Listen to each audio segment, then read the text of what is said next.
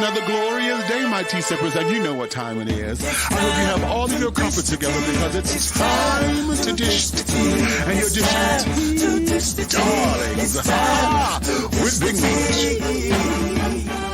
Can't wait. It's time to dish tea with Big Meat. It's time to dish tea with Big Meat. It's time to dish tea with Big Meat. It's time to dish tea with Big Meat. Darling. Hello,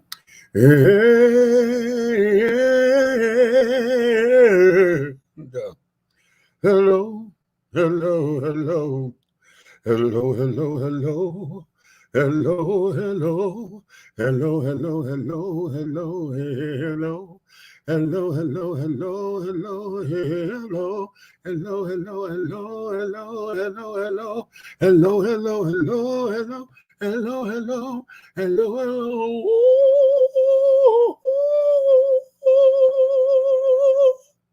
I can't do it. I was trying. Are y'all seeing me well? We got a good reception because it's saying that my internet may be a little low, that my signal is a little weak, is unstable. Is what it's saying. However, let me know so it could kick in, but I have to use my hotspot right now. What's going on? What's going on? What's going on? My tea sippers, honey. How are you? How are you? How are you? How are you? How are you? Thank you guys for coming on in. Come on in if you're coming. I know some of y'all coming to be nosy to make sure I ain't killed nobody and I'm not falling out and carrying on. Okay, and all of that. But yeah, I'm here. And I had to come on this evening because, you know, of course, I'd like to make sure that we have our obligations with our sponsors taken care of. But at the same time, I cannot sit here idle. Okay, I can't do it right now. So for those of you who are joining us, thank you for your love and your support, honey. You know, I love and adore you, honey. So hello to all of my tea sippers, my crumpet dunkers, my tea brewers, my pot stirrers, and my tea leaf readers, honey. I know you have all of your crumpets together, my darling, because you know what time it is, honey. It's time to dish tea, honey. You are dishing tea, darlings, with Big Meat, honey. Now listen, I need for you guys to understand. It's been a rough day. When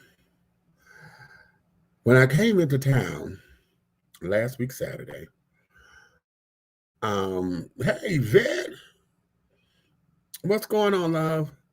When I came into town last Saturday, I came in because we got the call that said that my mom was very ill and that basically she wasn't going to last the weekend. So I raced here, got to town, and yeah, she was bad, but my mother is a fighter. That's all my mother is a Gemini, honey. That's all she knew was to fight. So we got through the weekend, but her system was shutting down. For those of you who did not know, my mother was battling COVID pneumonia. Okay. And we were battling.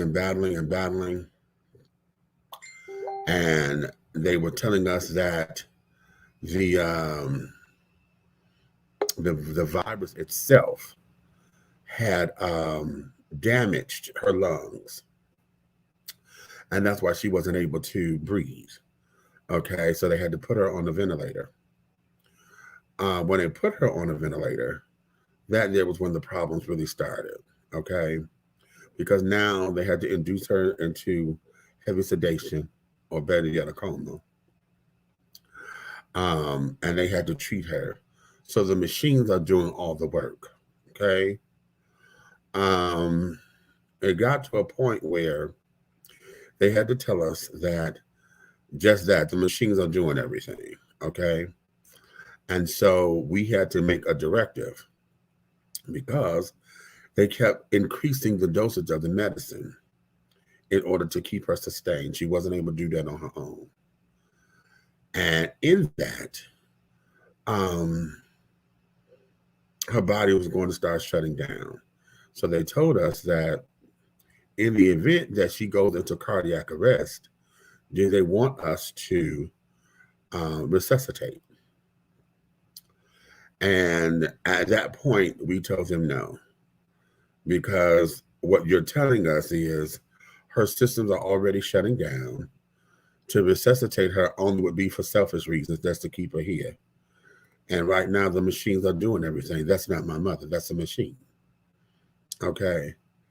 So we told them do not resuscitate. So a few more days that went by. And now the virus had also had her kidneys completely swollen. It fucked up her kidneys. And she wasn't passing any fluids. So yesterday, day before yesterday, we were told that she had to undergo dialysis so that they can get the fluid off of her, okay? And they told us with her blood pressure being so low, it could have caused her heart rate to be irregular. So I heard that to say that this damn procedure can absolutely cause a cardiac arrest. And the doctor was like, no, that's not what I'm saying. Okay. And he tried to re-explain it, but in my mind, basically what you're telling me is this procedure, honey, is probably going to take her out. Okay. But here's the thing. It was either do it now or we were going to be forced to do it later. Because either way it go, they had to do this procedure. And this particular dialysis procedure is basically to cover their asses so that they could say they've done everything humanly possible to, help my mom. And basically, if the fluids had backed up and built up, she could have drowned in her own fluids, or the bacteria would have caused another complication. You know what I'm saying? So this here was a cover your ass kind of thing. So I told them to go ahead on and do it. And I hadn't heard anything. So I called. I'm like, listen, I needed an update, what's going on. And at the first time I called, they had just started because I thought they were going to call me to tell me when they were going to initiate the process. And they didn't. Okay. Not going to trip. And so the nurse, he said, well, yeah, we've been good or whatever, blah, blah, blah. She's only been on it for about an hour. Okay.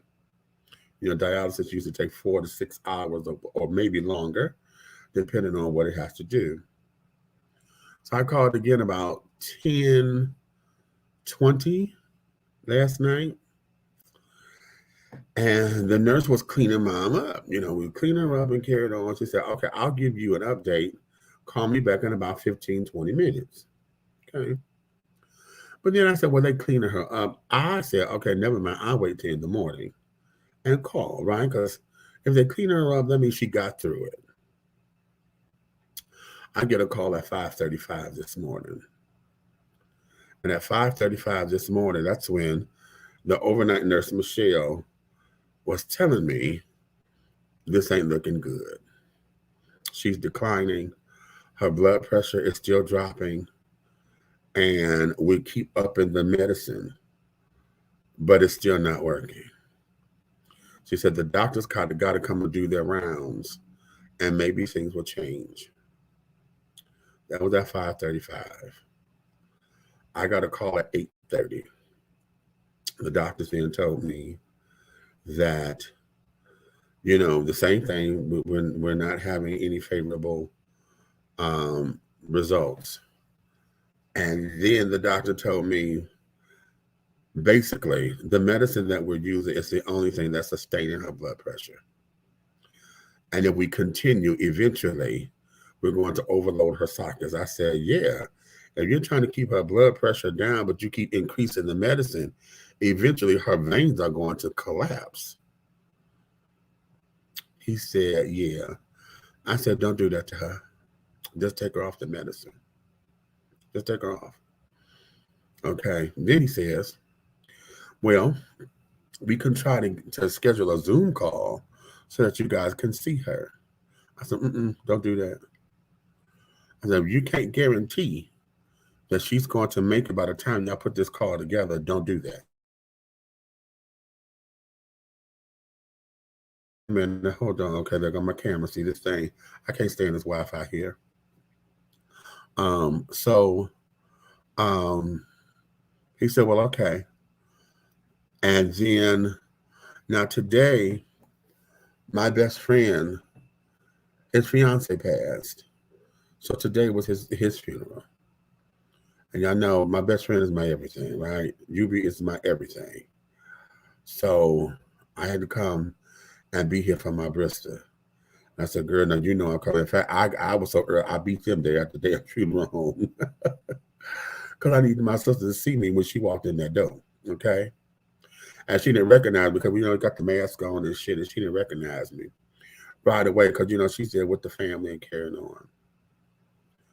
So I'm there at the funeral, and right when they had to take a break, because they start at 10 o'clock, then they do this whole family hour kind of like thing. Then they went and said, well, go and love and hug on each other. We'll start back at 11. Okay.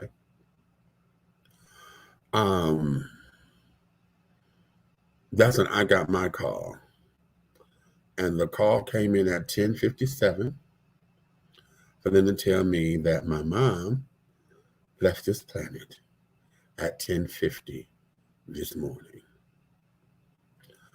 So, yeah.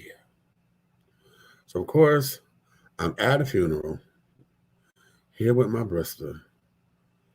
And she just heard me start crying. And I said, baby mama gone. He said, I knew it when the look in your face that said everything. So now we're consoling one another, right? But I stayed there till we got through with this because I told her, girl, I'm here. So while they went to after all that was done, I didn't go with him to, the repast or whatever. I just went over to my sister's. And all my nieces and nephews were there except for two actually. Kevin still had to work. And Chris, I don't know where Chris was. But three actually, because my little nephew, Tank, he was in school. So I'm consoling all of them coming in the door. I'm hearing them as soon as I park the car, I'm hearing them wailing outside and carrying on. So I go in and I'm trying to get them, calm and this, that, and the other. My sisters are identical twins. So one twin, she's angry, and everything is coming out of her mouth is damn near like a hammer trying to hit nails. She's spitting hard. My other sister is in meltdown. And she's like, don't nobody touch me, because I don't want to hit nobody. And I had to go grab her. She said, Michi, please don't touch me. I said, baby, come here. Come here. She said, don't touch me. I said, no, come here and give it to me. So I had to soak all this in. And I had to watch my baby break. And I got to tell her, don't hold that in. You got to give it a voice. Otherwise, it's going to hurt even more. You got to voice it. You may not like it, but you got to voice it. You got to voice it. Just say, I don't like this feeling because I'm hurt. Say it so that it can come out. You got to say it, baby. And so I'm working with her. Monique and I, she keep calling me Dr. Phil, right? Because she keeps saying, I'm sick of you coming in here with all the Dr. Phil shit. I need you to cuss. I need you to get mad. I need you to do something. And I start laughing because I think about good times, at James' funeral. And how Thelma was mad. She said, Mama out there beating drums. And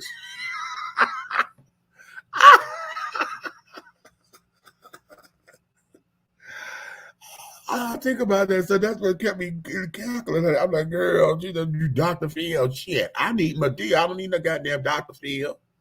Right? So, that's that. So I'm getting her together. My nieces and nephews, you know, they're good. They're good. They're better than what I give them credit for. Um, and things. So that's love. Um,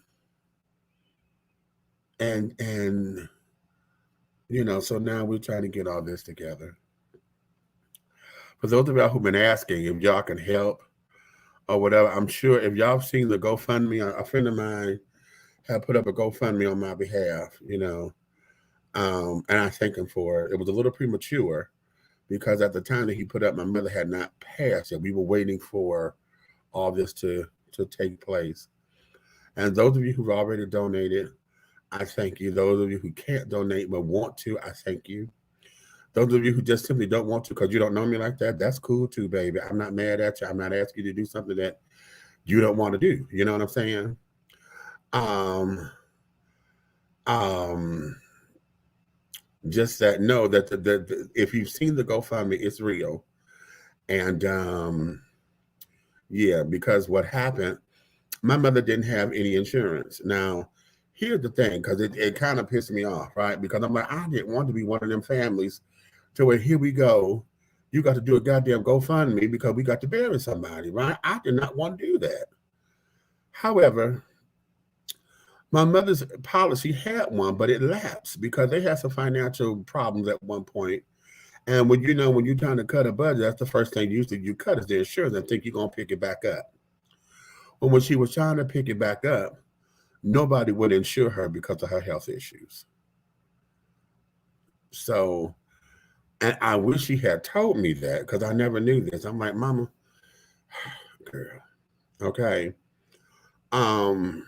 And I know somebody else, when she couldn't get one of the colonial pens or whatever, I don't know what that was, but she couldn't get a policy at this particular point.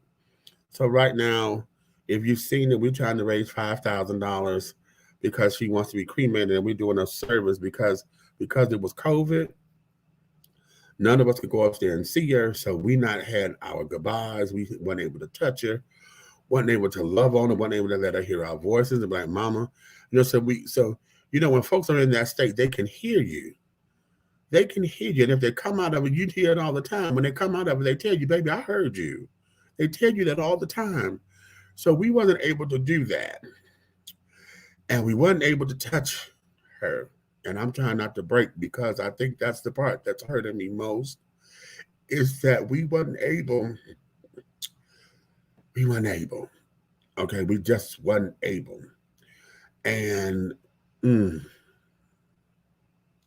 that part there, I think, is what's really, really fucking with me.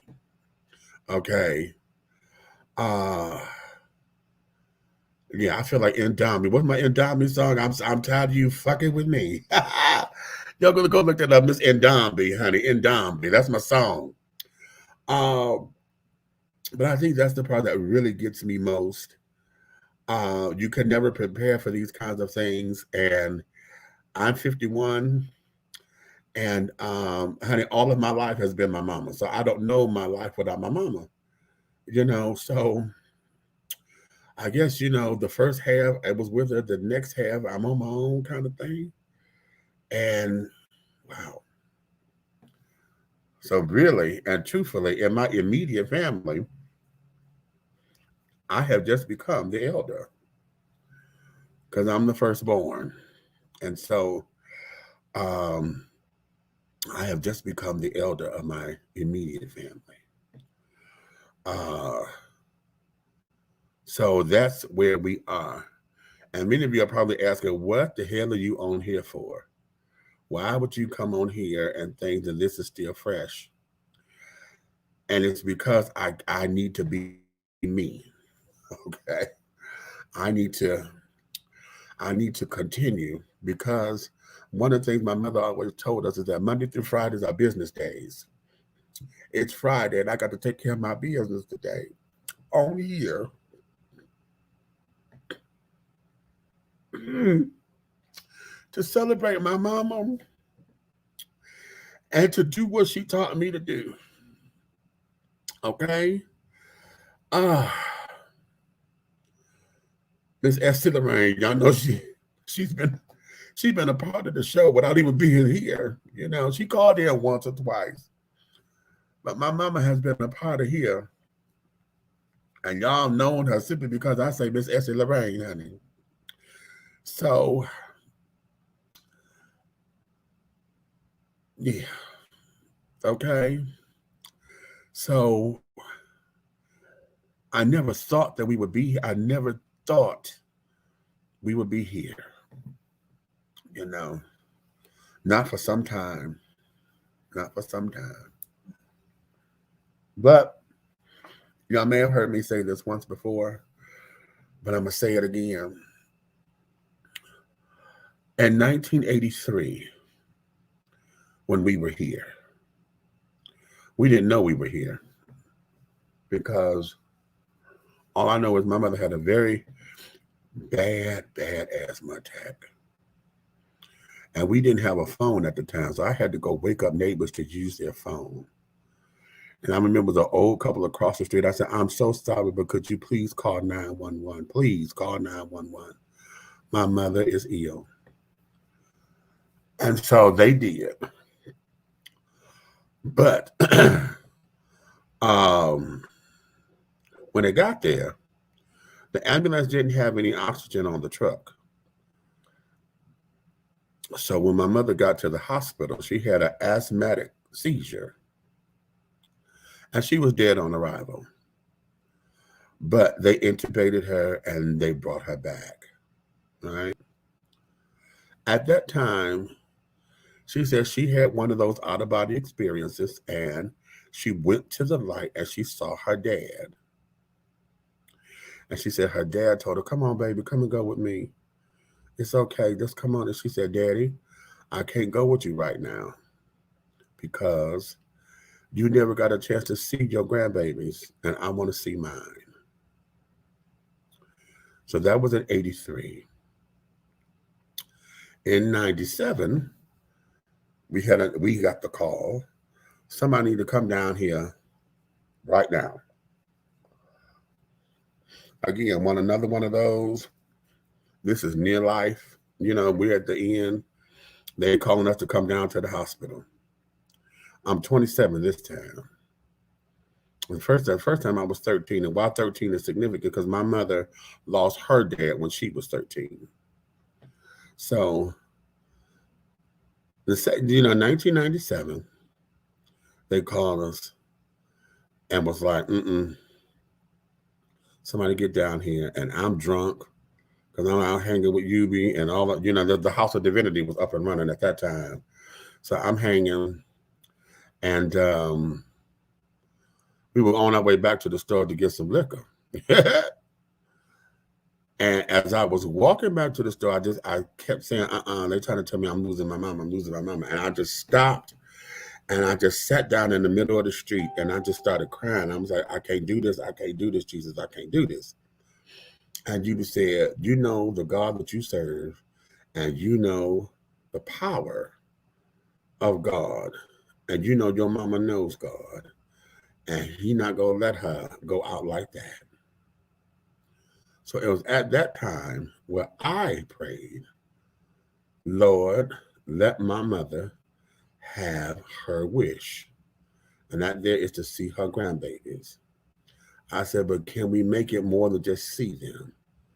Okay, let them get to an age where they understand and know who she is. All right. So we had another bout in 2001. We had another bout in 2004. And my mother has survived them all. This time, it was a little different because this is the first time that she said she was scared. Number one. Secondly, every time I close my eyes and would think about her, like right now, the color emerald green will show up. That's my mother's birthstone. She's born in May. Emerald green would show up, and I would hear my grandfather's voice call her name. Now, mind you, I never heard his voice because he was dead before I was alive, so I never heard his voice. But I keep hearing him say, Lorraine, Lorraine. And then I keep hearing him say, "Come here, baby girl." That's all I kept hearing. And I said, "Oh, The last time I spoke to my mother, that was the Tuesday before they put her on the ventilator. And I didn't like the sound of the machines in the background. And my mother said she just sounded like she was drifting away from it. I said, "Mama, hey." I said, "You all right?" She said, "I'm just here." I said, "What they saying?" The same thing they said every time. I said, "Okay, but you doing all right?" She said, "Yeah, I'm good. It's just, just on this machine." And I said, "Okay." But she sounded like she was struggling to me. I said, "Okay. Well, listen, I don't want to keep you. I just want you to hear my voice." She said, "Okay, baby." I said, "Well, I'm going to let you go, and I'm going to call you tomorrow." She said, "Okay, I love you." I said, "I love you too."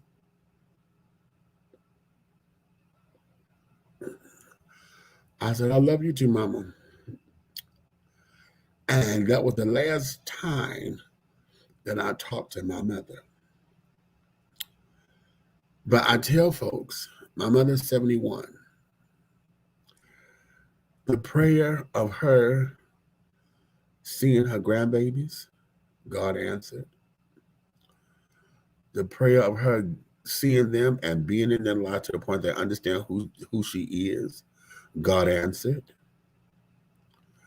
God exceeded my wish because the grandbabies gave her 4 great-grands right now. And here's the caveat. I had always asked, it was a thought. I said, wow, I hope she lived longer than her mother. Because my grandmother passed at 68. My mother's 71. Okay. And for those of you who are traditionalists out there, the Bible only promises us 70 years, right? 70 and plus 10. That's 70. My mother is 71. So all the way around this, God has been answering. God has been delivering. God has been. So am I hurt? Oh, fuck yeah. Okay. Am I upset? A little bit. Am I mad? I can't be. Because all of my prayers were answered. I'm regretful. My mama always wanted the east wing of the house, and I have not bought that house yet. I wanted my mama to be in that house so she can do what she wanted to do, have her wing of the house, and that was my commission. And I didn't get that.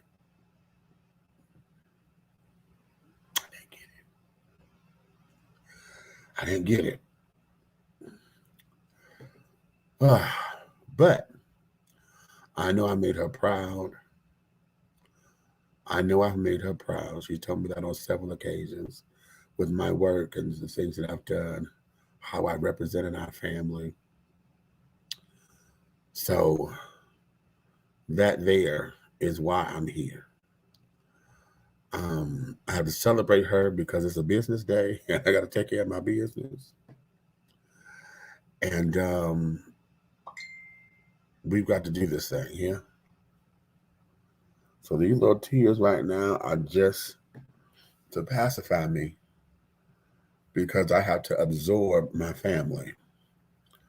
I have to absorb it so they can get through it because a lot of them don't know how to process it. And then naturally, we're still processing the loss of my brother from 8 years ago. So I got my brother. Y'all know this year I had tons of loss this year with cousins, real close friends, celebrity friends that I have grown close to, that became friends, real friends, and even my son.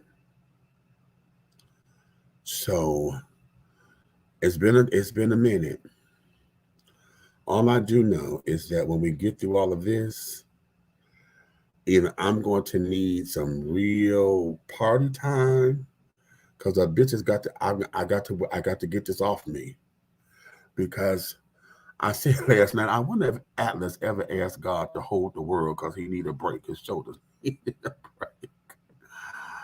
Okay, but if you never met my mama, you missed a treat. For those of you who know my mama, you know why I'm the way that I am. Okay, you know why. So yeah, um, so like I said, I got to find the link to the GoFundMe because I've seen it, but I have to find the link. So if you feeling benevolent, if you're feeling compelled or led by your spirit to do something financial, that's fine. If not, that's fine. Y'all see my Cash App down there. If you don't want to go to the GoFundMe, use my Cash App. That'll work because we're trying to get her wishes done. And yeah, so be that as it may. Okay.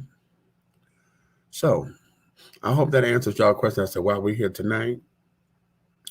Because this is Miss Essie Lorraine's hour, honey. And we finna do some shit.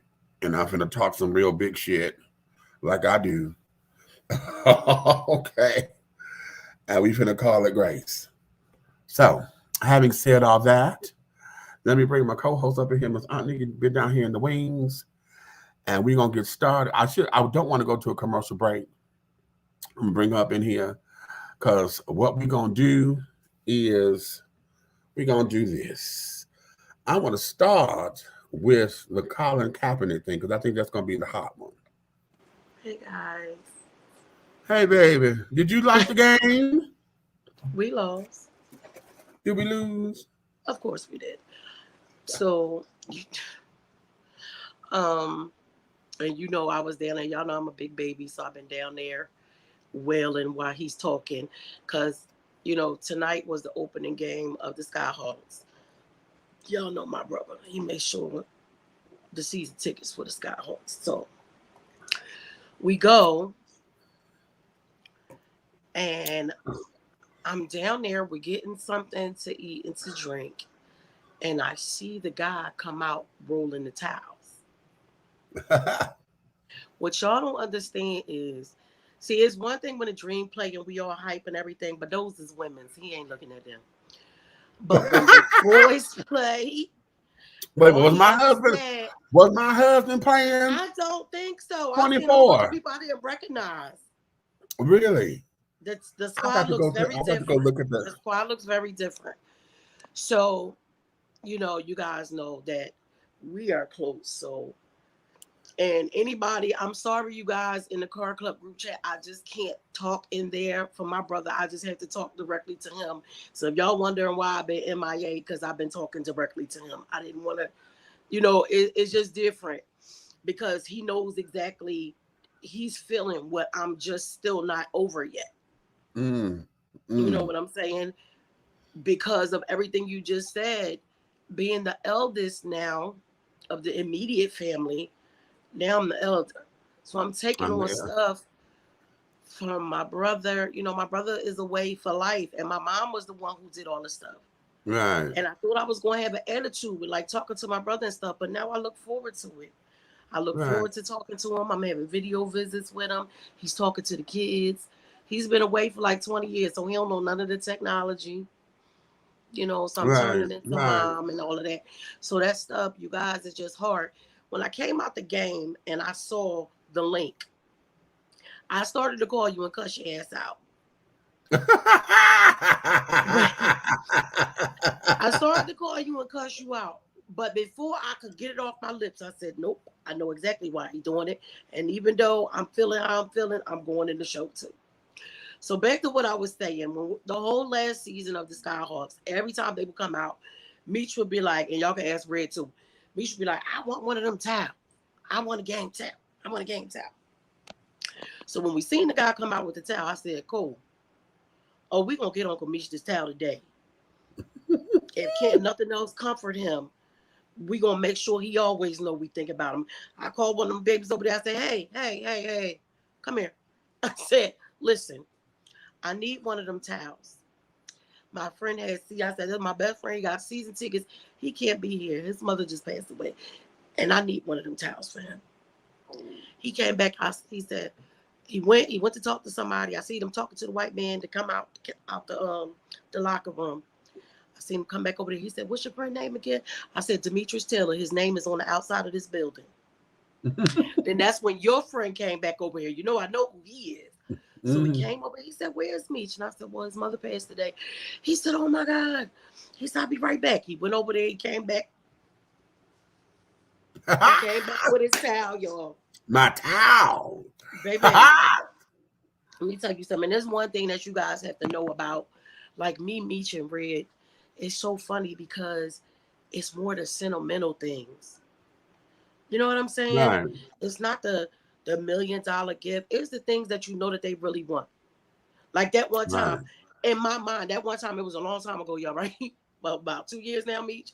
Wow. In my mind, I knew this fuck ain't need no more Wonder Woman shit. Right? Oh. I knew, because I'm like, you adding to the problem, bitch. You can't stop.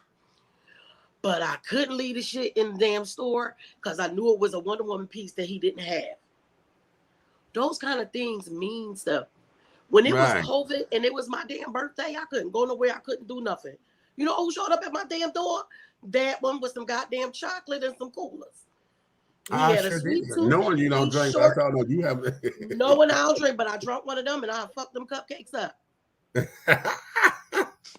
Y'all don't understand, like,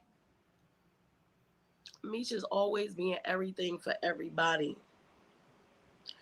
And so in this moment, when you really have to do that, because now you become the elder, it's all right.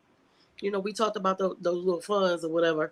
They ain't get here yet, but he said next week, oh, you're going to be able to go somewhere, whether you're going to ground, shake your ass, whatever the fuck you're going to do, we're going to do it.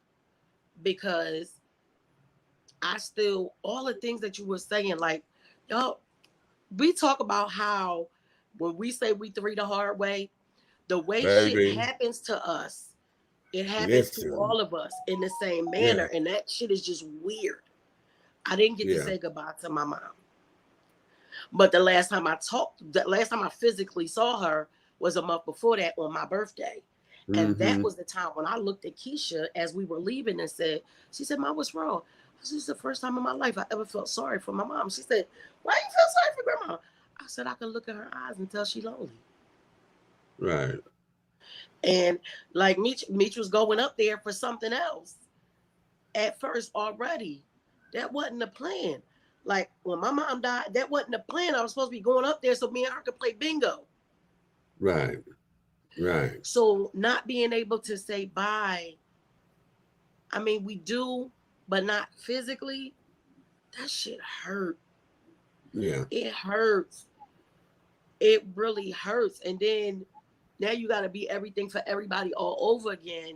And it's like, when do I get the time to just be like, I say we go to one of those, what you call that room? What they call them? The destruction rooms? Yeah, I just said that to my sisters the other day. I need to find one. If we got one here. There's one here. Because they need one. And if there's one in Detroit, see if you can find one. But yeah, they are going to need that. I know they really going to need that. Research department, if y'all in here, please look for the destruction rooms in Detroit. We know where they are here in Atlanta because remember we had it in the car club thing one time. One of the messages, so we can find it here. Research department, can y'all look and see if there's a destruction room up there? I really feel like that's the only way we're gonna be able to release it. Yeah, I need to take all of them there and just say, okay, here, have at it. Let's have at it. I think I need to do that. Like I need to go look up in Philly for one. I know they got them up there because I think Molly wanted to do a video from one of them before. Because I think I want to take my kids up in Philly to do it too. Okay. Because it's just a release that we gotta have. We have to have it. Man, it's like I've never met your mom in person. I've seen her on here, heard her on the phone, never met her in person, but through you, I knew who she was. Mm-hmm. And I was so mad because I opened up my Instagram and then her picture was there, and I was like, like, I felt like it was happening all over again. And I'm telling, and let me tell you what he told us too. He told us we better take our ass to that goddamn game because he paid for them tickets. I sure as hell did. Take that ass that damn game. Shit. What? Because me and Cole was tired to the motherfucking end. And I see, he said they already paid for it. Take your ass to that damn game. Hello. And matter of fact, it's one today and it's one on Sunday. I'm like, right, because I was gonna send it. I was gonna give the other tickets to Ray. I said, okay, y'all do Friday. I'll get him Sunday's tickets. But then me moving too damn fast, I end up sending y'all both tickets. So okay, fine. The game is at 2:00. They're gonna be by the time they get out of church and everything anyway. Oh, okay. Well, all right. So that there is that. So now let's get into a couple little shits, honey, so we can sit down here and get into. Yeah, what's going on? I heard you mention Cap's name. Not our Cap, Listen. but Kaepernick. What happened? Y'all know I be trying not to watch the news lately. It's up under a lot of heat. And I saw somebody's comment up in here. I'm not ignoring your comments this time, babies. Oh, is it about the face of the book? The book cover? Oh, okay. No, I agree with the statement of the NFL Combine as modern day slave trade, sending comforting energy your way. Thank you, Joe. But he compared the you know how they do the combine, which I adore. I love the combine, honey. Okay. What the hell is the combine? The combine, honey, is the NFL draft. That's where they sit down there and test your abilities and measure your arm waist and carry okay. I didn't on. know that's what it was called. I know what that is. Yes, I love the combine, honey. Ooh. See, look at him. Oh. Somebody say praise the Lord. Praise the Lord. Lord. Okay. Praise the Lord. Right. Put that T on the end. Put that T on the end. It's a whole different situation with the T on the end. Hi, Charles. He wants to be, yeah, let me make sure he sees that I said hi to him, honey. Okay.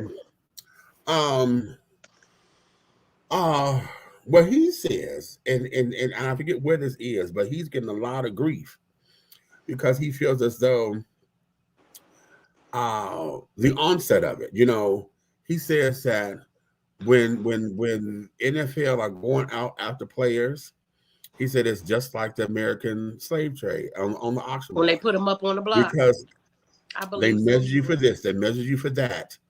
They measure you for this, and this. For you know, your speed, it's for just your speed, how for how big your chest ball. is, how long your arms are, and this, that, and the other. How hard can you kick the ball, throw the ball? Okay. How hard can you hit? How hard can you take a hit? Right. All of that. All of that. Okay. And so, you know, and like it, and he says, and wait a minute, what's the word that he used? That there is no discretion. Okay. There's no discretion, no comfortability, you know, and carried on for the players. And now, before I get into it, I love referencing TGIF, Miss Claudia Jordan, and Funky Dineva and Al Reynolds. Oh yeah, over there on over there on Fox Soul. Right? Yeah. And I love referencing them because, and I'm going to Claudia's statement because she said that, you know, she gets a little teed off when folks start to compare stuff to slavery. Why? She said because we cannot compare this to that, because in this particular essence, the players are willing to go through all that. They know what this is. You know, they're willing to do this. They're willing to do that. So was the slaves.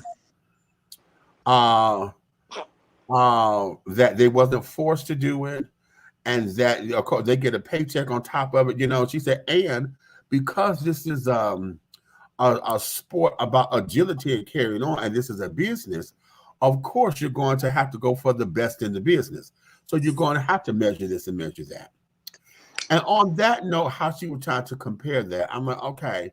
And I really wanted to go and make a video, but I'm going to let this be the video. And I want to send this to them Because here's my thought about that. And though I see where she's coming from, I just want to give her and everybody else who thinks that way, because I was looking at the comments and she had a lot of supporters. Here's something that you need to consider. Yes, slavery is slavery, and nobody is saying that we need to say that everything that we compare it to is exactly like slavery, because we already know what that was as far as, you know, either you do this or you get killed or this, that, and the other. But let's look at it from this particular standpoint. Because how many folks are out there playing that game because their fathers have forced them into it, because that's their way out? How many of them are in this because they are forced to think that this is my way out of the ghetto? This is the only way I'm going to be able to get out the ghetto, take care of my mama, get my mama out of here. Right. How I got many? another one for that, though. Not just them. What people have to understand about slavery in the United States, what happened to us as a people here, there's still slavery. Right. That don't be like that. Right. There are still slaves in other countries right now. Right. Some of them do get paid. Right. Think about the what we will call not civilized villages and stuff like that. Right. Africa. Not the ones that we know that have come into modern time. What happens is they'll have some kind of little war, whatever they have in, and whoever loses, they get slaves from the losing thing for a season. Mm-hmm. So they're working for the king and all of them or whatever. They're not being abused or nothing like that. This is extra workers because y'all lost whatever the hell happened. Right. The bounty, yeah. So slavery, first of all, everybody has to remember that slavery is not only what happened here. There are different kinds of slavery. And in that, it is slavery. Who own all the NFL teams? Right. Right. Now, Claudia said to combat this, and I agree. She said we need to have more Black owners, you know, to come in. But they don't let them in. So that we can offset this appearance and carrying on and blah, blah, blah. But you can't offset the appearance when the structure has already been set up. Exactly. Okay. And those old men been passing down that thing for generations. Wait a minute. As long as these teams been here. Let's do it like this. Because you want to talk about don't compare it to slavery, but didn't they do this in the slave days? That's what the whole fight, the boxing thing that they had, bare fist boxing. The pits were okay. They did that as a sport. The slave masters did that as a sport. They put their big buck on against the other one's big buck, you know. And it was all about the bet. Either either I'm gonna take a few of these, or what you just said before. If I lose the bet, then I get half of your flock, you know. And this, that, and the other.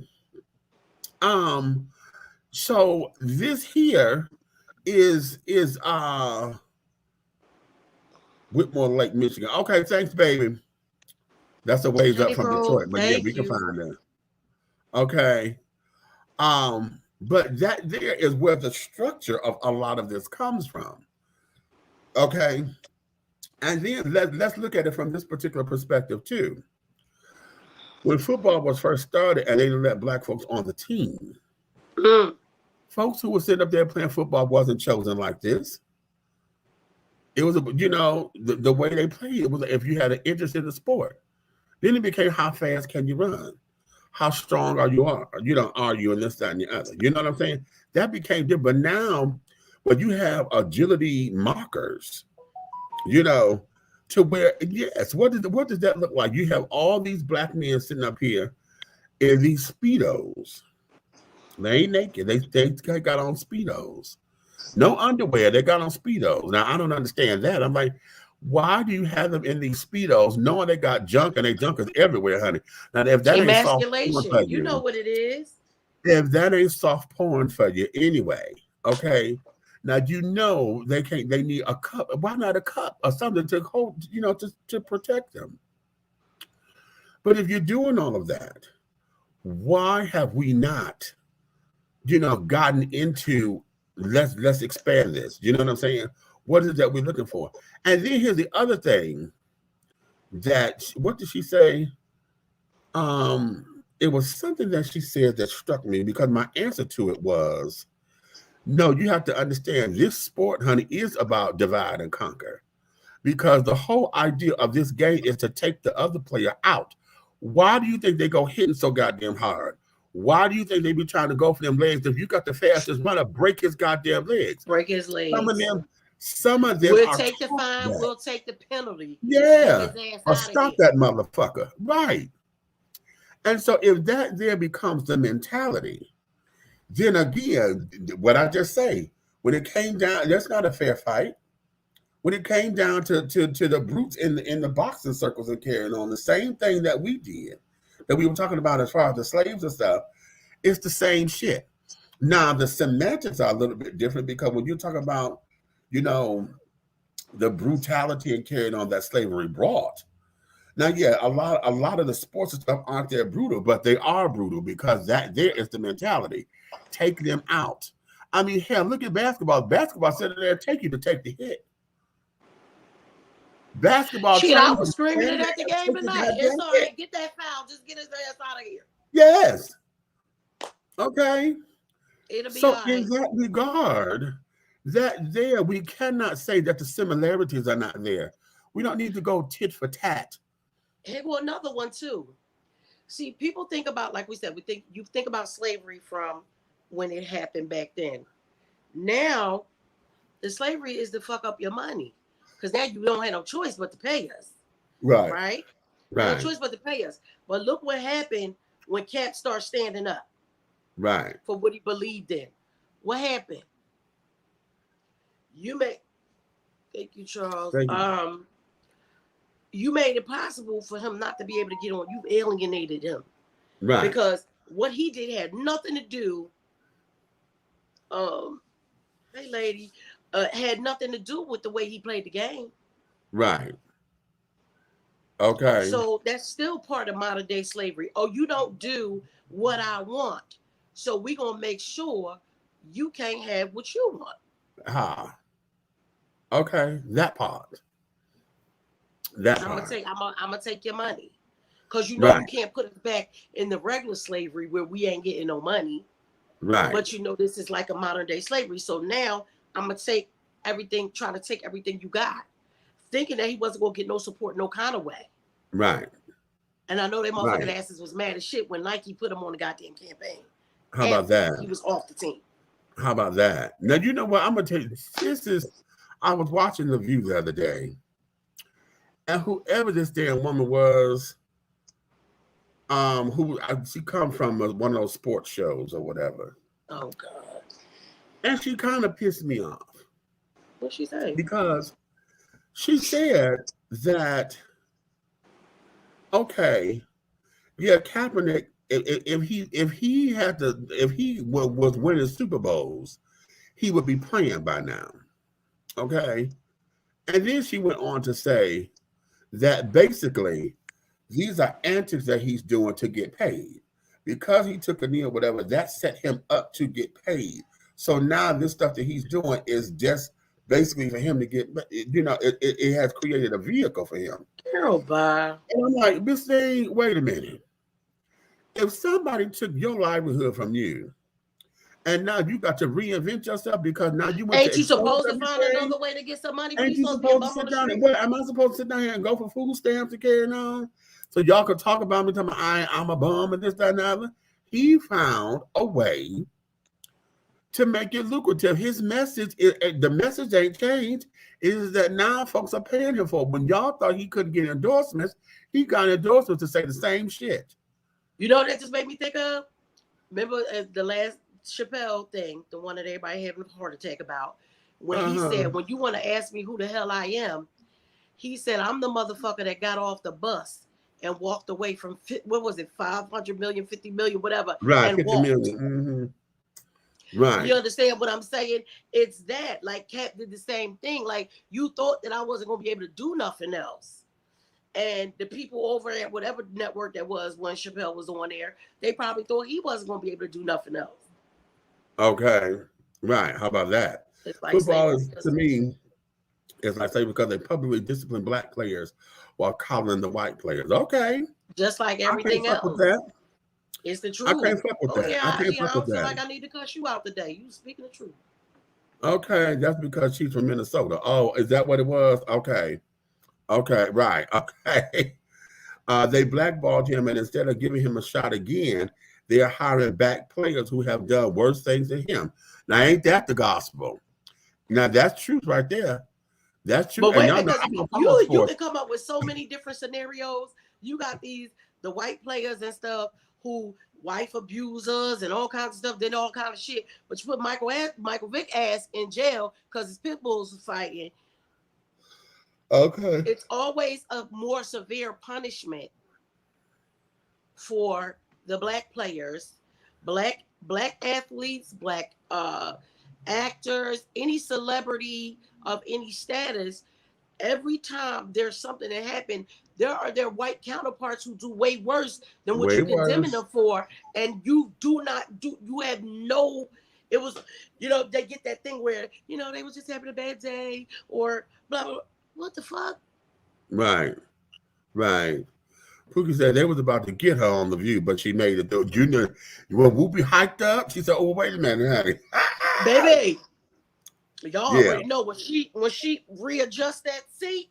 I ain't even seen her in a while, but when you see Okay. Whoopi readjust herself in that seat, Right. about to happen. She about to give them their entire ass. Okay. Oh. But yeah, they was about to get her back together. But I'm also wondering, since we know this, and then here's the other thing about prison and slaves, because we still have not addressed the prison issue about prison being modern day slavery. Well, no, it's not modern Read day it. slavery. It's the 13th It's always Amendment. been slavery. I have to correct myself because it's not modern day slavery. It is slavery because the 13th Amendment says that the slaves were free unless you are in jail, prison, whatever it's you have called. been incarcerated. Yeah. When you And get locked that's up, in the you are Constitution. a slave. It's a You part are a of the slave. Constitution. Yeah, yeah. And that's the language. The language says that. So in that, now, granted, they done did whatever they did to get behind there, or the charges have been trumped up for them to get there. Okay, or they'd have been set up or whatever the case may be. At the same time, they're there. And it's not the same kind of torturous shit that we know slavery to have been. It's a different kind. Yeah, but you dehumanize them. You dehumanize them. You And treat them like animals. It's not a system for rehabilitation, like you say, because where's the rehabilitation? Right. You put them in positions to where you don't, like they supposedly used to have the programs where you re-enter them into society, teaching them things, giving them skills. Remember back in the day, the prisoners could go to school, they learn the trade. Some prisons have it, some prisons don't. But you do all this stuff, and then they have like a re-entry thing. Mm-hmm. But it's not a thing where they really being re-entered. You are setting them up to get out. You a felon, so you can't get no job. We don't hire felons. Remember they supposed to be taking that off the applications and stuff now? Right. Supposedly, yeah. Because now I can't take care of my family because I'm a felon, can't get a real job. All I'm going to be able to get is like a minimum wage job where it's more like slavery, some factory shit where they working me all goddamn day, not really getting paid. And then you get tired of it because they know that mentally you might break down and commit another motherfucking crime. The odds are against, they are for you to come back because prison is big business. Right. Always. It's privatized. It's a big business. That's why there are more prisons. They building more prisons, but closing down schools. Come on. Right. Okay. You don't want to pay teachers, but you're gonna pay prison wardens. The guards. Okay. You'll pay the guards. Okay. Yeah. Yeah. Without training, mind you. Yeah, because don't know what. How about that? Without training. Okay. And then they talking to them like they animals. They got them all together. They taking showers all together like they herds of cattle. The way that they eat, you got like 5 minutes to eat your food or something. I heard somebody saying, and it's like, come on. Where is the rehabilitation and all of that? Right. If somebody does something and their time allows for them to come back into the community. When I talk about somebody who really did some heinous shit and they got to stay there for the rest of their life, they on death row. We know it's a lot of people on death row and doing life that ain't even do the damn crime. I'm Right. talking about the people who may have actually really did that shit. You know they ain't coming home. Okay. That still don't mean they ain't supposed to be a human. Right. That still doesn't mean that they're not supposed to be useful in life. You can be something that would deter somebody else from wanting to be there. You know, when they had a Scared Straight program. So they just talking to, you might bring some kids on their way to trouble or something like that. You know, you're not giving them anything except for you in here, use an animal, and we're going to treat you like one. How about that? Okay. It's all about filling their pockets. They don't really care about the inmates. They have them working in there for pennies on the dollar, and well-known companies are using the inmates to make their products for them. Exactly. Absolutely. Exactly. Absolutely. Okay, the jails and prisons was made for us after slavery. Exactly. Yes, they were. Yes, it Because was. remember back after then, they was locking our asses up for any little thing. Because that's what it was. Because that's why the Constitution became what it is. That's why the 13th Amendment is what it is. Remember, that's an amendment to the Constitution. That's an amendment. So, which is why when folks were deputized and this, that, and the other, a lot of them deputies were slave catchers. See, they was out bounty hunting and going to get runaway slaves and this, that, and the other. The patty rollers. The patty rollers. Yeah. Look it up. That's what So, it is. you know, I told that badge there hasn't changed since the day that they made it when we were slaves. That Exactly. same sheriff badge is the same one that they started with when they started with the patty rollers. It's the same one. Okay, exactly. Exactly. Okay, now listen. Let me take a small little commercial break so I can let my sponsors come up in here. And then we're going to talk about a little Boosie for a second, and I'm going to shut this down because y'all see that yawn was the wrong yawn because it just said, bitch, you are tired. He's tired, and he needs to go lay his ass down. I really do. However, I want to make sure that let's we came do the sponsors. on. Talk about Boosie real quick. I need for y'all to, as my brother loves to say, send up praise reports for the strength and peace for Meech's family. He said to y'all earlier, if you want to donate to the GoFundMe. Now I'm gonna say this: it's not nothing against GoFundMe, but GoFundMe takes some of the money. Y'all see his Cash App right there? They need it. He told y'all that his mother didn't have insurance. They need the money. We don't need GoFundMe taking 10 or 20, whatever the hell they take. So either way, it'll be appreciated. But I'm just telling y'all, just send it to his Cash App. We'll be right back. Sorry. Whether you are a resident or visiting the ATL, if you need to satisfy your soul and your hunger with some good old-fashioned scrumptious victuals, then head on over to Tara Boulevard and feast at the Country Kitchen Cuisine Buffet. The Country Kitchen Cuisine Buffet has a mouth-watering array of delicious delicacies that will tempt your tummy, tantalize your taste buds, and please your palates. All of our items on the buffet are made from scratch, just like Grandma used to make. Try our meatloaf, the succulent fried chicken, the smothered pork chops, the short ribs, the fried and baked fish. Try our oxtails, the turkey wings, and don't forget some of those fantastic sides with the macaroni and cheese, cornbread dressing, greens, cabbage, red beans and rice, potatoes and gravy, and oh my God, don't forget the cornbread and those decadent desserts. Your hunger will not be denied. Come on down to the Country Kitchen Cuisine Buffet, located at 8562 Tara Boulevard in Jonesboro, Georgia. Come on down and tell them that Big Meech and Dishing Tea has sent you. Yeah.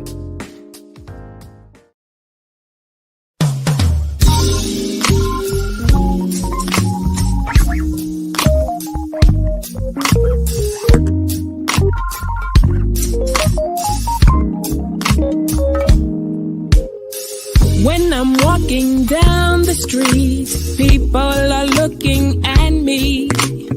What they see is a masterpiece created by the king. I am different by design, and I am fearfully and wonderfully made. I may not look like you and you me, but that's the way it's supposed to be. Dare to be you, dare to be me, and dare to be different and unique. I'm gonna be the best me I can be by letting His glory shine through. Dare to be you, dare to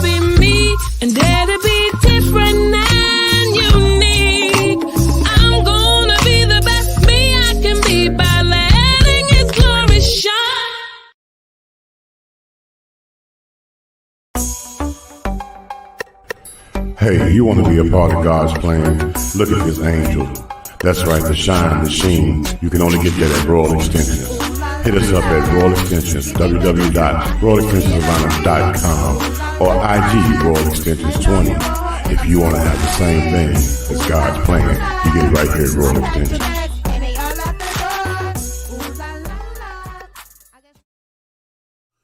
Angelo Ellerby, the Henry Higgins of hip-hop, is the founder, president, and CEO of Double Exposure Media Relations.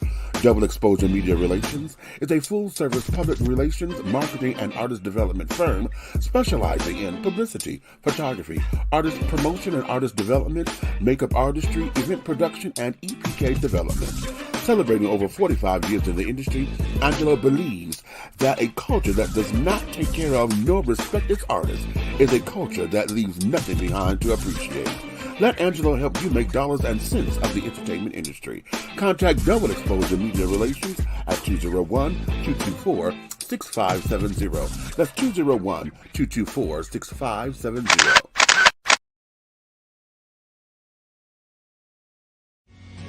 Avea, Liliana, Olivia, Nyla, and Nasia.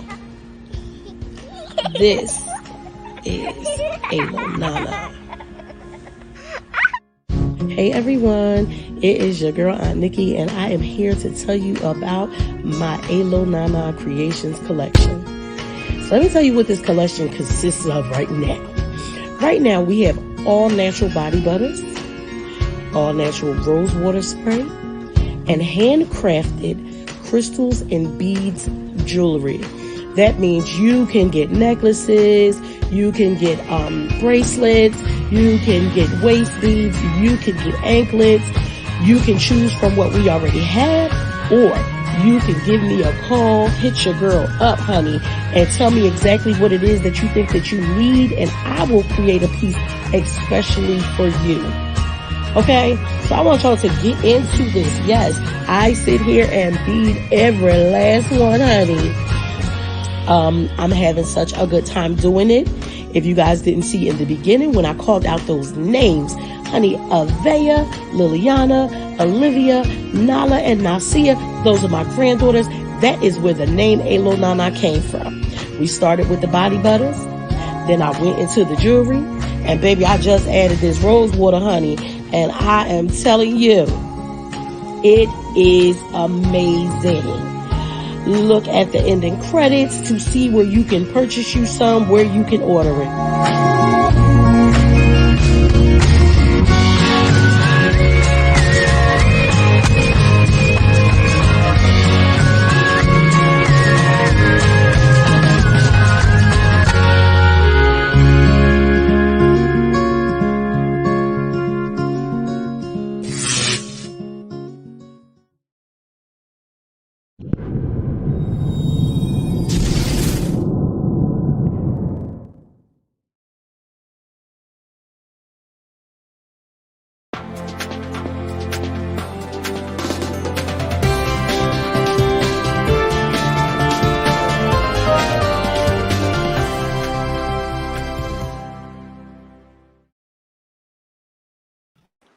All right, and we are back. If you're just tuning in, honey, thank you for all of your love and your support, honey, because you are the darlings. We're Big Meat and Aunt Nikki right there, darlings. So, Dejanay, I'll tell you all this stuff later. Dejanay said, "Oh, I'm late. What the rose water do?" She just put that in the message. Girl, I call you when we get off the air. Okay. I am gonna update the commercial, y'all. Y'all know we done had so much stuff happening in our families, extended family, that I haven't gotten around to it. But there is a basket up for raffle. So I'll let y'all know about that. But yeah, I'm gonna update it. There's a lot more stuff in the Alo Nana collection. Are you frozen? You guys, is Meech frozen? No. Can you hear me, Meech? You frozen? Okay, I'm back. That's not you. It's probably me. My tablet is down to 11%. I'm still here. Let me put the charger on, but I'm gonna cam down for 1 second. Okay. So, darling. let's get into here Oh, I because need my charger. Oh, sorry, y'all. okay, let's get into here. Turn my mic off too, but I'm gonna hear you. So that we can get on through because my neck and stuff is hurting, and I need to take me. No, I'm not gonna take no more Motor. I'm just laying my ass down. Okay, because it's over the counter. It's only 200 milligrams, and y'all know I need 4. I need like 800. I really need 16, but they tell you you're not supposed to take 1,600 milligrams out of a bitch. Okay, so but I don't do that with the over the counter because you can't take that many pills. That's ridiculous. Okay. But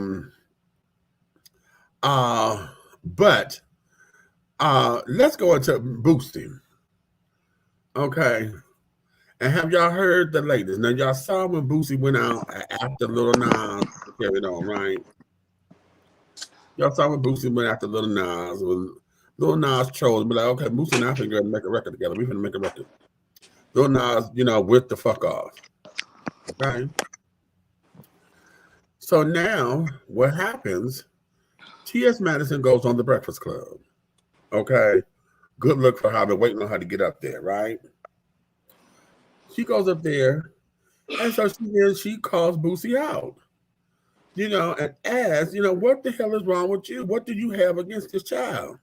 What do you have against Lil Nas X? Okay. I've been under a damn rock somewhere. When this happened? Oh, she just did the Breakfast Club maybe about 2 or 3 days ago. Because y'all know I love me some Maddie. Okay. So it's just got to the point where, she's like, okay, listen, this boy ain't done nothing to you. Shit, if you ain't down with it, you ain't down with it. What the fuck is up with you? Always now, you after this, if your livelihood depends on him fucking with you. Exactly. Because it wasn't until, now, as quiet as it's kept, I've seen, I don't know Boosie's music. I don't know his damn music. I don't know his music. I know him from being on Instagram and laughing at all the shit that he do with his kids. Okay. Until he do something crazy like this. Now, Maddie called him out and was like, well, listen, you want to say that he's bad for the children, but yet you're sitting up here having overage women, adult women, perform fellatio on your underage children. I was going to say, didn't he take his son to the strip club or something, or get him his first? What? Yeah, and said he was trying to raise him up the right way. Yeah, that's what he said. So not black girl laws, black boy laws. This is retarded. So that's what she said. So she said, I just don't understand. You want to say this is about the children, but yet these are your behaviors, and this, that, and the other. Well, then he claps back. He claps back, and basically, I'm paraphrasing because I don't have the thing in front of me. I think he did it on Twitter. Mm-hmm. He claps back and basically said Charlamagne is a pussy because he had T.S. Madison up there. And, he sees what the agenda is. He's claiming that Charlamagne and them are all about the agenda. Okay. And basically saying that y'all can't keep my name out our mouths. So I'm like, really? Really? So what are you gonna do? Do a Birdman and pull up to the studio and tell somebody put some respect on his name? Get the hell out of here. Here's where it is for me. Okay. And I was able to hear where he's coming from when he did his Breakfast Club interview. Okay. And I will say this. I'm going to say, to his credit, it did feel like that they were trying to jump on him for his thoughts on the gay community, because that's what they kept focusing on, his line of questioning, right? Right. And basically, he is inarticulate. And I've said this on the show before. He's very inarticulate, but you've got to listen to his message. And basically what he was saying is, he feels that the LGBT community, is making it a point to where straight people can't say that I'm proud to be straight without it being, offensive and carrying on, or without it being considered hate speech. And I heard him. Now, the examples that he gave are stupid because again, not being able to articulate that, and then you want to go on the kids thing. Your idea is all about these kids, and the whole thing here is you can't sit up there and say this is about the kids when you sitting up here taking your damn son to a whole house. You can't say So this what is you about teaching the him? kids. You Okay, teaching him to disrespect women. right. They have no Okay, value but that. but that, right. Okay, so this is what this is. So, what are y'all thoughts on this? Why is it that this is becoming a regular topic? Because quite frankly, I'm tired of it. But wait, wherever he got to perform the other day, because I seen a clip of that, not the clip of the show, but something on the Breakfast Club where it was like, it's one organization for LGBTQ plus who gave him the okay to be able to perform the other day or something. Who, Boosie? I didn't know we was going to talk about this. Yeah, I didn't know we was going to talk about this, or I would have wrote the stuff down. Because then they were saying on the Breakfast Club, so wait, so now you got to get clearance from the LGBTQ plus, whatever they called it, whatever organization that was, to know if you could perform or not. I said, y'all just... Y'all reading too much into some shit. Right. And his thing, his opinions are his opinions. Right. Now, what I will say is, why, like, I'm like, Maddie, why the fuck you got to go so hard about it all damn time? We know how you feel. Right. We heard you the first 57,000 times you said it. We heard you, Boosie. And your opinion is your opinion. You have the right to your opinion. But what, like, I'm like, Maddie, what is it with Lil Nas X that you can't stop? Lil Nas X that you can't stop, right? Lil Nas X ain't the first person that was gay in his business, and you know that. Okay, especially the way they've been jumping on Diddy. Don't act like you don't know. Especially the way they've been jumping on Diddy lately. They've been jumping on Lil Wayne. And what's his little cohort? What's this child's name? 6ix9ine. What's his name? Something 6ix9ine. Oh, Tekashi. Yeah. Okay. Nobody care. He a snitch anyway. They gave the Boosie the okay to perform. Oh, the baby. Yeah, the baby. I'm sorry. Not Boosie. Yeah, I said the Boosie. The baby. I said the Boosie. You did. He said the Boosie. He done made them a whole new name. Look, he just made them a couple. And then how he put the couple names together? Not the Boosie. Okay. The baby. I'm sorry. Yeah, the baby. It's like, I don't understand what your fixation is with Lil Nas X. And you're gonna have to make it make sense. Did you see them try to do that to Joe Budden? They played a clip of something that Joe Budden said, but they played it out of context. So the part that they played had Joe Budden saying, "I like guys and girls." Okay. That was the part that they played. Oh, see, you know what? Those who are into editing, was way out of context because what he was saying was it was about the baby thing, and about them, him having whatever association that was, saying that he could perform whatever. What he was saying was, oh, so now I gotta tell y'all that I like guys and girls. Blah blah. Blah. There was a whole thing. Okay. He wasn't saying that about himself because when they first said it, I said that's some bullshit right there. Not because. I think he said the title was Joe Budden came out as bisexual. I said, I'm going to tell you why I think that's some bullshit. Not because I don't think that he could be bisexual, but because the ignorant motherfucker that Joe Budden is, if he was, in my heart, in my mind, I believe Joe Budden would have told y'all a long time ago and told y'all kiss his ass. He don't give a fuck. None of y'all beat him. That's the same. See, now, you know what? Now, let's find out who was the interviewer or who was the reporter, because just like they did that shit with Billy D. Williams, trying to say he was non-binary or whatever the hell it, but you know. Oh yeah, remember he didn't even know what the hell he was sexually fluid. And I'm like, bitch, what the fuck are you talking about? And then come to find out that was a gay writer.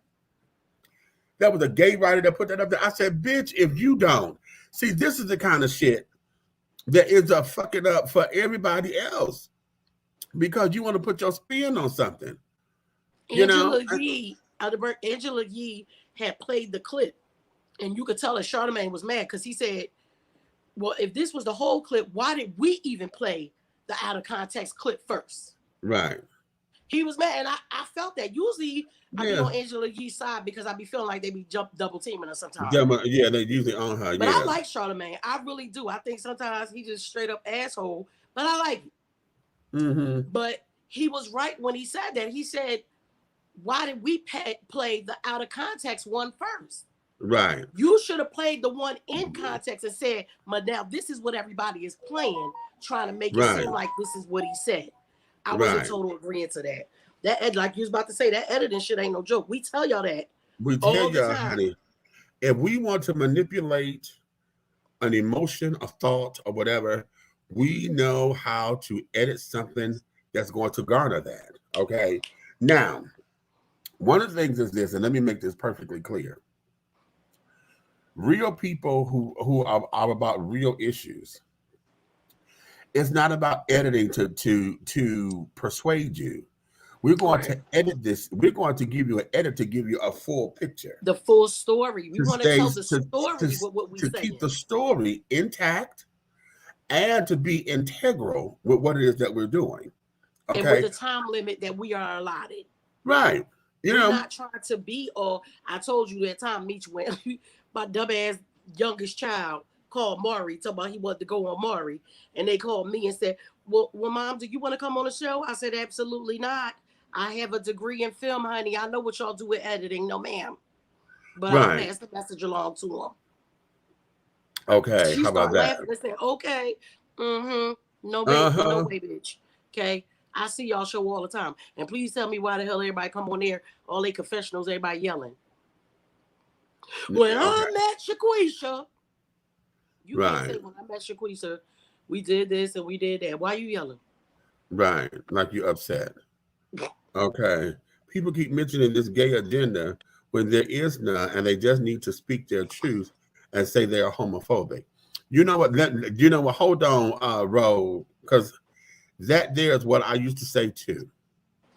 But I have since had to change my thought, and I don't like that I had to change my thought, because what has happened is to say LGBTQIA plus is now political. IA? Yeah. What the hell is? Y'all know I love y'all. I'm as a mama and an ally. But I'm gonna need for y'all to stop with the damn alphabet. Just y'all add letters daily. Listen. Okay. And what the fuck is the plus? That's the part that gets me. What the fuck is the plus? And I'm saying it all fluently, like I know what the plus mean. I don't. No, because we don't. And this is why all these other little reptilian motherfuckers are getting up on here. And y'all know we did a whole show last year about their goddamn pedophile movement. And they are trying to get under that P. They're trying to get that P, which they added the P back in 2015 to be pansexual. So it's already people there. Trying, but the pedophile people are trying to slide them under that and be the P for pedophile. And I'm like, no, we're not having that. Because that's what gives people that mindset as it is. Yes. Because you got so many who will automatically think because somebody's gay that they're abusing children. Baby, it's that person that you swear is so heterosexual. Exactly. So that there is where this is. So when we have all of this, the agenda becomes, every time we say those letters, it becomes a political face. Okay. And now, at one point in time, I didn't think that. I was like, because I used to always say, well, what the fuck is the agenda? Because it ain't came on my menu, across my desk, or nothing. I don't know what the hell the agenda is. I ain't got it. That's how it does. Nobody put that in our files. But our Caucasian counterparts and those who are very political, okay, I love them, but I can't stand them at the same time. Because in their need to be political, everything becomes political. And they make a fight out of every fucking thing. And I guess the mentality is either we fight for everything or don't fight for nothing and then see where the chips lay so that we can say we got a victory somewhere. Okay? But some of these fights are asinine. Some of these fights do not need to be there because folks need to have a safe space. There's no need for all women's group to be forced to accept trans women or forced to accept whatever if they're all women? Now you got to go change your bylaws to say, okay, this group here is for all cisgender women. You know, but why do I got to change my goddamn things? If you want one, go create your goddamn own. Go create it. Okay, what's stopping there will you be from some creating organizations it? who will not care whether one way or Right. the other. So why it's the same. Think about this, people. It was like with segregation. I've never understood why we felt like we needed to fight to desegregate shit. Right. I would have been cool with separate but equal. Because I feel like this. Why am I fighting so hard to be in a place where you don't want me? How about that? So fuck you and your mama too. I don't want to be with you. And So I don't I've need to give you never my gotten that motherfucking money. mentality. Why do I have to be forced to give you my money so that you can have a livelihood and you can't stand me? Why would I want to go and trust that you're going to cook my food the right way? How do I know what you do, especially if I'm in the restaurant and you behind that bar, behind the kitchen door? You know, drop my shit on the floor, honey, and picked it up in that damn, you know, trying to tell me it's all you, bitch, and it's all dishwater. Exactly. Okay, you know, drop my shit in. Yeah, because when we see those old things, right? You see the old things of where we couldn't go in to eat. It's the we don't serve y'all. Y'all know that's how the black people came up. They what they did, they fried chicken, they made sandwiches, Right. they did this. When our celebrities was on the road and shit, they did their stuff. Miss Robbie, remember Miss Robbie was a part of Ike and Tina Turner Review. Miss Robbie was cooking every motherfucking thing on a damn hot plate. Right. Because we couldn't go places. I get it, because it's like we just as good as you. You're not better than us. We ain't trying to say we better than y'all. But I'm not gonna fight you to give you my fucking money. Right. I'm not gonna fight you to want you to like me. You don't like me. You don't want my money. Fuck you, stupid. And if more people realize this, because as I've said this 5,000 times, they don't give a shit about nothing for real, but some money. So as long as our howdy doody ass dancing and singing and still buying they shit when you know goddamn well they don't want you, they don't really want to acknowledge you their biggest seller, you their biggest profit. They don't really want to acknowledge you, but your happy-go-lucky ass keep buying the shit. But you'll go ask your you call me to say, well, can I get a hookup on the oils? Call me. Well, why the stuff $5? I can't get it for $3. But you'll go and pay triple what the shit is even worth in another establishment just because it's who they are. It's Avon.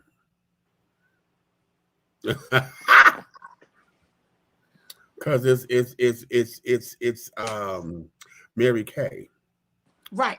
You know. Because it's Jasper. I remember back in the day when Carl Kanai had came out. Yeah. When Fubu and Carl Kanai came out. First, everybody was rocking with it. Then something happened, and then it became corny. Right.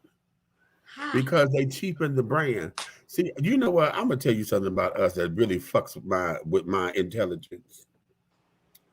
I'm trying to understand, how is it that you say that the brand is cheap because you can't go get it from the stores you like to buy?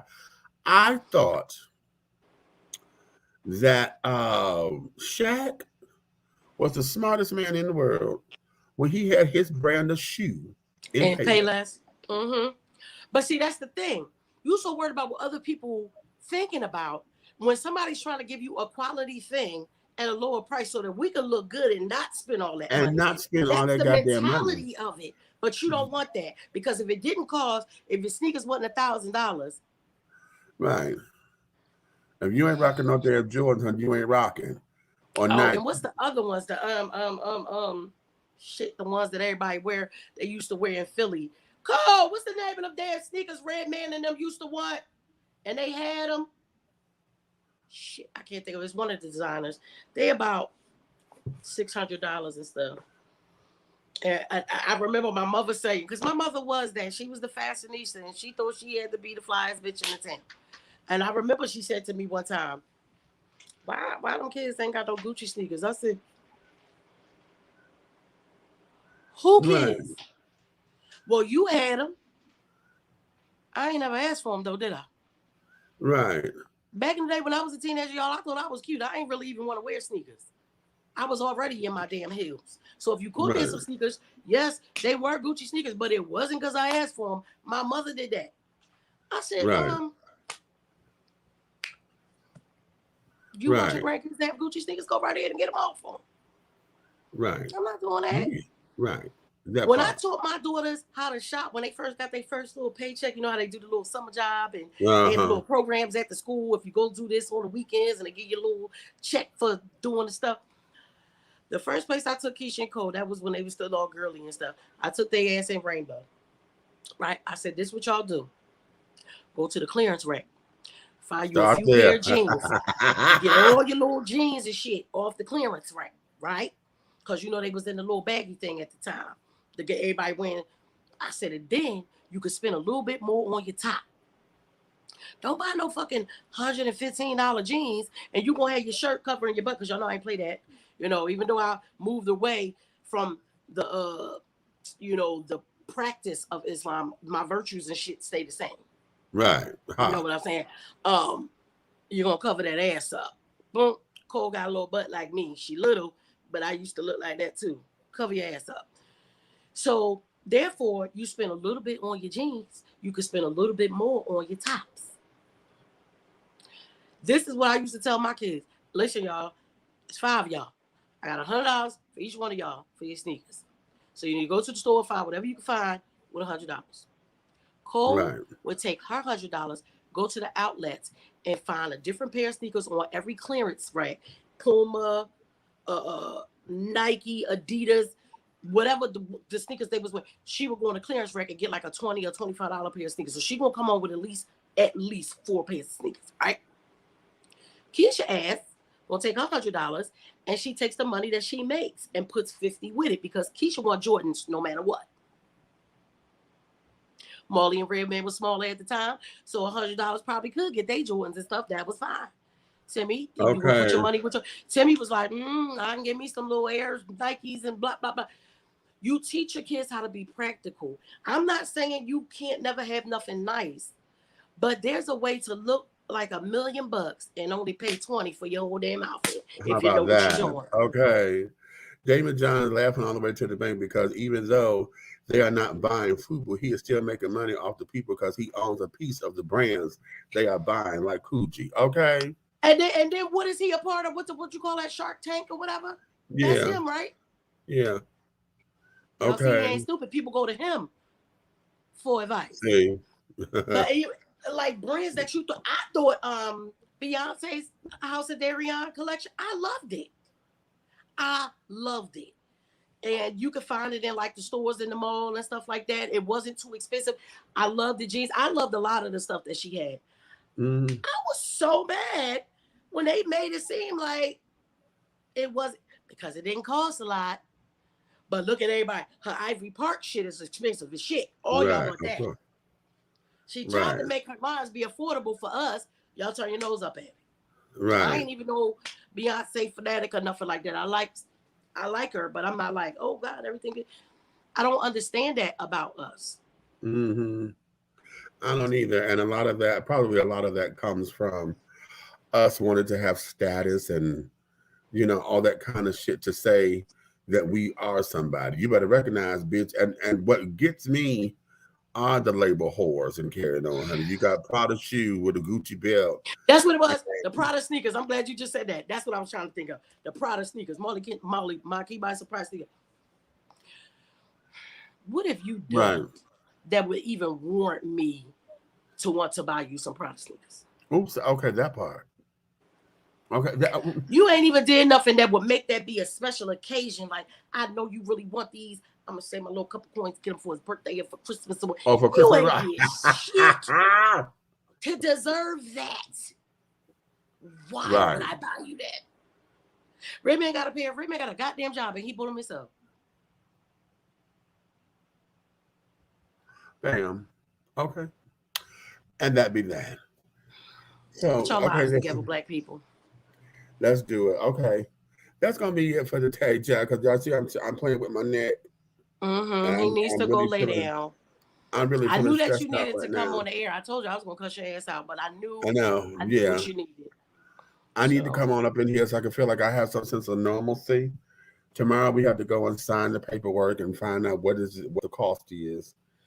If I got to put down a down payment or I got to pay it all at once, which I don't have the money to pay all at once. okay. So we finna go to do all that. Are you gonna let me do what I did for my mom for you? Yeah. Okay, because I'm as Oh, soon as you I know get what? paid, I'm That gonna order might the be big. cute because I know I know my niece said she wants some of the ashes. So okay. Okay, I'll make some small ones for the rest of the family, but I'm gonna make a Yeah. big one. Whatever you choose, wherever you choose to put it, it's fine. If you want to leave it at the family house or you want, you know what I mean, whatever. But I'll make No, whatever they you told bring me back. they want me to have a child. Okay, so I'm going to order the one that I have for you, and then I have the small heart things, and I'll do the Uh-huh. smaller ones for everybody else. You just tell me how many of them you need. Okay. So We yeah, love yeah, yeah. y'all. We love you so much, honey. I had to come up in here and do a couple of things just for now. But yeah, my body is reacting to the stressful day. Oh, because here's something I didn't say. My mom passed this morning, but I had a cousin die last night. Yeah, yeah. I had a cousin die last night, and one of my cousins called me this morning and was like, "I didn't want to call you and tell you this." He said, "But Anthony gone." I said, "What? Anthony who?" Leon's brother. I said, "What?" Sorry, y'all. The damn cat So keep we jumping we on me. lost it. We lost it. I lost another relative. Lost my mom, and then y'all know Saturday when I came in town, I ended up going to the repairs because my other cousin lost her Yeah. husband. So yeah, so I come into town going to the repairs to say hi to her and to give them some comfort. And it's been a hard week, and it ain't. I only been here. Okay, I've only been here for 6 days. Tomorrow I'll make day number 7. But I got to go up in here and extend this damn room because I got to be here for another week. I was And getting ready to say, is it 2 beds in your room? Or no. just one? Well, I'm sleeping at the other end of the bed because I'm coming. Ooh. Y'all But gonna see Wally on the news. I'm gonna be her little ass in here. She been attacking me okay. this whole time we've been on the air. So okay. So listen, I'm not gonna sign out like I usually do because y'all see I couldn't even get through the woohoos in the front. Okay, in the top of the show. Thanks, thanks, Just let her baby. go. I appreciate that. So listen, if we thank you all for coming in and carrying on, honey, and we thank you for your love and your support and for your love, honey. Do this, child. If you love us, tell all of your friends, child. Yes. Get them to like, subscribe, and to share to everything, baby. But if you hate us, you could tell all of your motherfucking enemies, honey, to do the exact same Thanks. thing. Because remember, honey, everything that we're doing here, honey, Addition to Entertainment, Artist First Entertainment, Atlanta Hot Radio, Royal Extensions, and all of our Passionate Riders Car Club, I was and getting ready to say, all yo, of we done extended our thing so okay, much. and The all of whole our subsidiaries that are within our village. Everything that we are doing, honey, will move forward. Okay. So on that note, let me take my ass and lay down because please my do. neck is It really won't be hurting. no woohoos, y'all. He's going to lay down. We love Now I y'all. gotta go lay down. Good We love night. you, honey. Good night, and honey, scene, Go honey, lay just down. You scene. call me when you get Yeah. back up. All Okay. right. Love you.